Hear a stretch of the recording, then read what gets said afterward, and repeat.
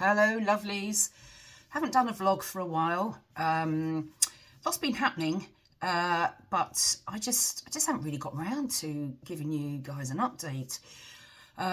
Right, so I'm feeling well. I've got no pain. Still feeling good.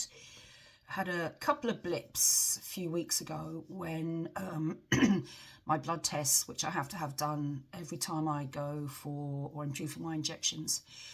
They have to make sure that it's okay to give me the injections. It's my blood count is safe enough to give me my injections. And a couple of weeks ago, they rang me to say that my white blood cells were really, really low, and they couldn't give me the injections of fulvestrant that day.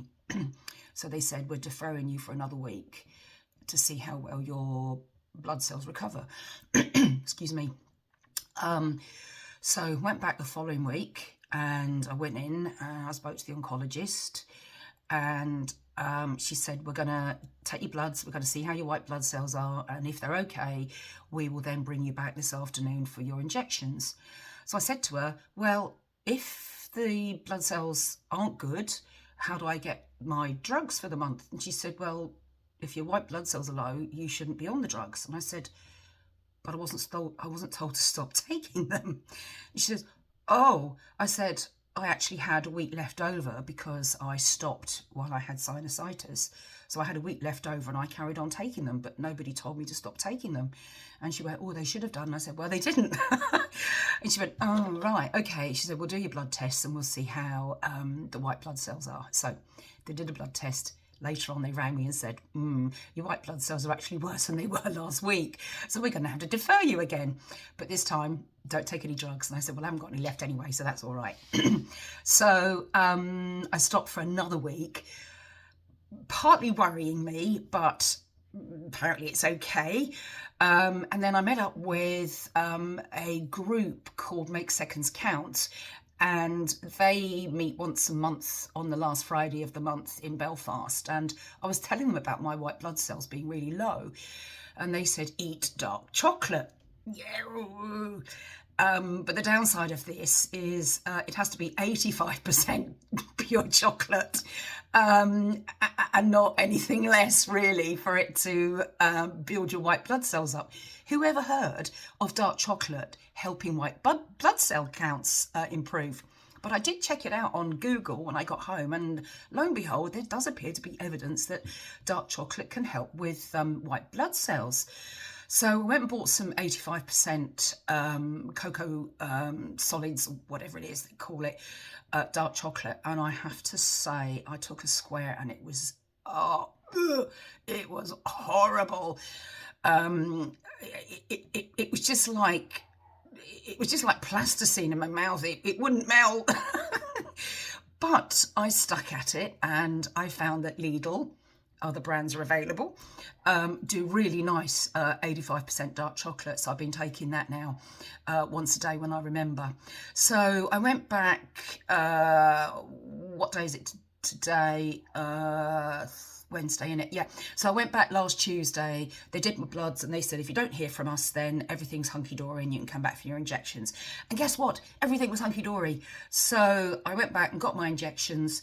White blood cells in a much better place, although still low, but acceptably low for the treatment.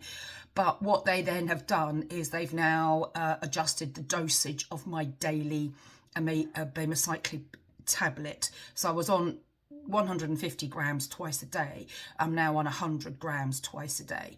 And when I asked the oncologist, is it still effective? He says, yeah, it is.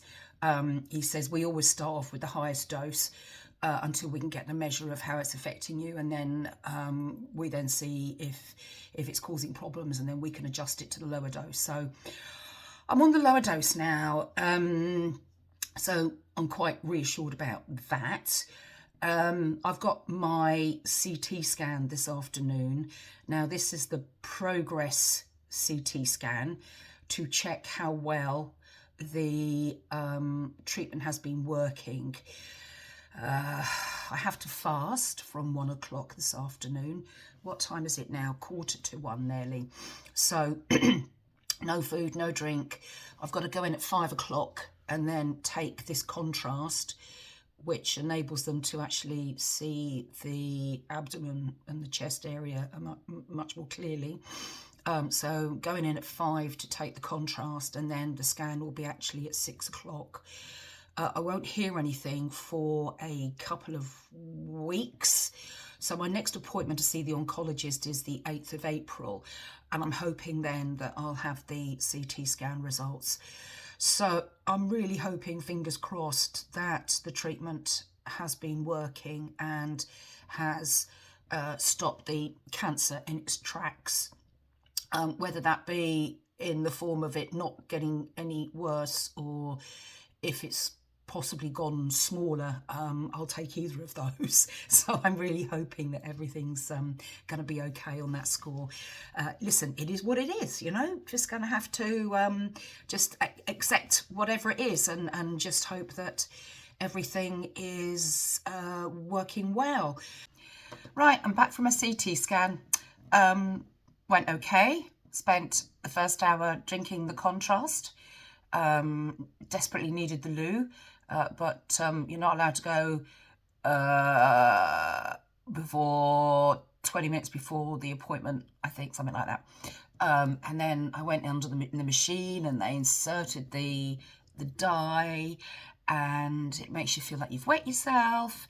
So it's a very interesting experience, but it didn't take long.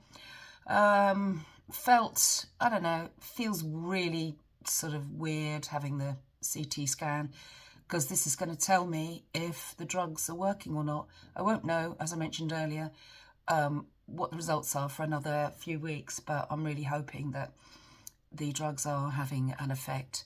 Feel a bit down now. I don't know, sometimes the reality of it hits, especially when I'm in the hospital. It just sort of makes me feel quite unbalanced, unsettled, but you know what? You've got to do it. I've said that before. Just got to get on with it. Keep flying the plane. Just keep going. Anything else to say? No, not much else to say, folks. So I will love you and leave you for now. And I'll catch up with you again soon. Take care. Bye.